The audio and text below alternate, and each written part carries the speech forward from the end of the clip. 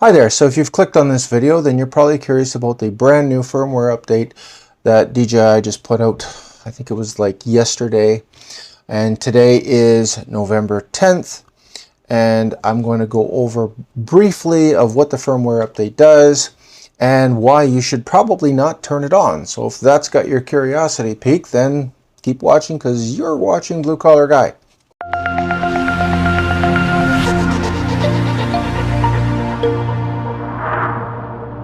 Okay, we're back. So what are we talking about today? So we're talking about the firmware update that was just released.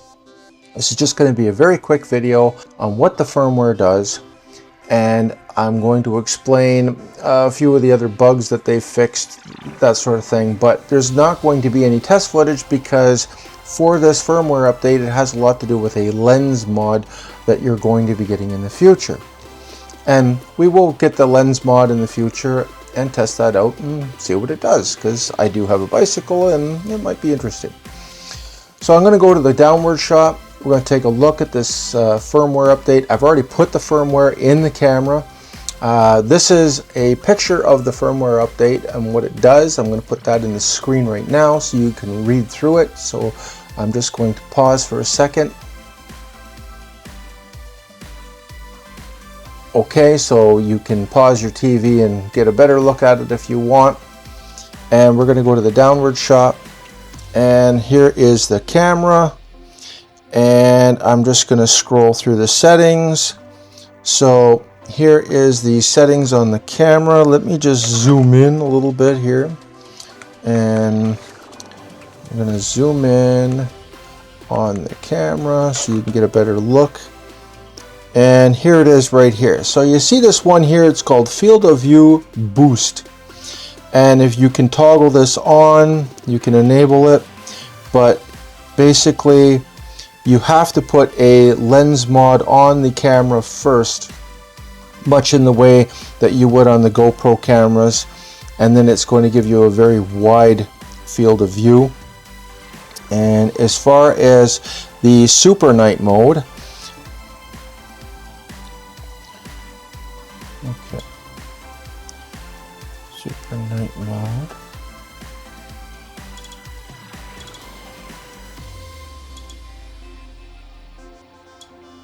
I'm in super night mode right now, and you can go up to 60 frames per second in 4K 16 by 19. In 1080p, 60 frames per second also.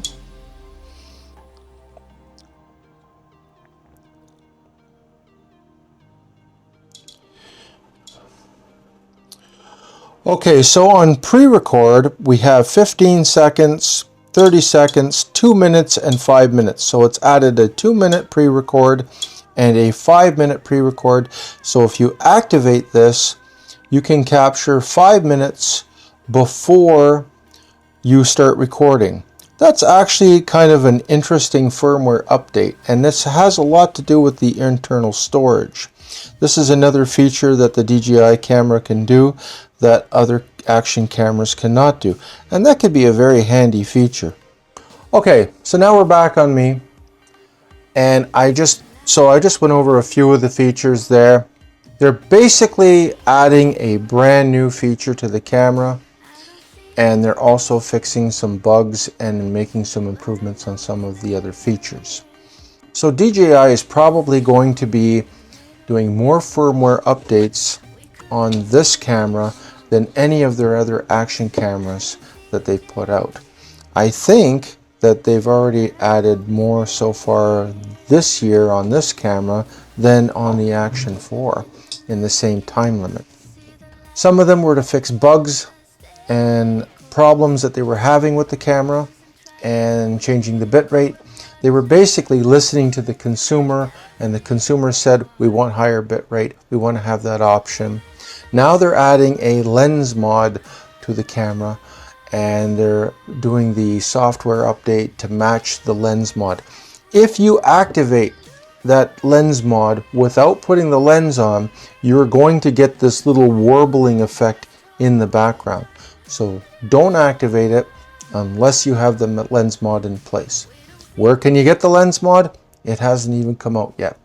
So I would anticipate that it's going to be at Amazon and other stores very soon. I just wanted to let you know about the new firmware update, and it is a rather significant one because it's going to involve hardware as well. I'm also curious to see if the new lens mod does anything with the flare issue, because one thing I'd like to point out is if you have the Action 3, it does not have that flare issue that the 5 does. The 4 has a little bit of it though. So that lens flare issue wasn't just prone to this camera.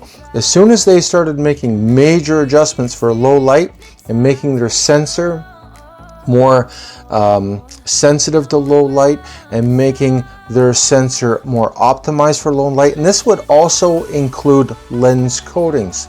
So if you want to have your camera more low light friendly, then you're going to need to put lens coatings on there so that you can allow that light to kind of bounce around a little more. Now they've added this new sensor. There's going to be more tweaks to this camera in the future. You can pretty much be assured of that. And if you have any complaints about this camera, let me know in the comments. I will gladly pass them on to DJI, and they tend to listen. So I have a feeling they're going to address and fix as many as they can fix. If it is possible for them to fix these things, I'm sure they will fix them in a firmware update. The only thing that they won't be able to fix are things like lens flare problems, which obviously are hardware issues, and they're not so much firmware update issues. They may be able to do some tweaks to that sensor with a firmware to reduce it a bit.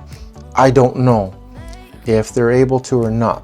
One feature that I wish that they would do, and I've said this time and time again, is put shutter angle on this camera so that if you're putting ND filters and things like that, it'll be a lot more simple to use. And it's also a cinematic setting. So come on DJI, put shutter angle on this camera. That's it for this video. Take care, be safe at work, and I will see you at the next video. Bye.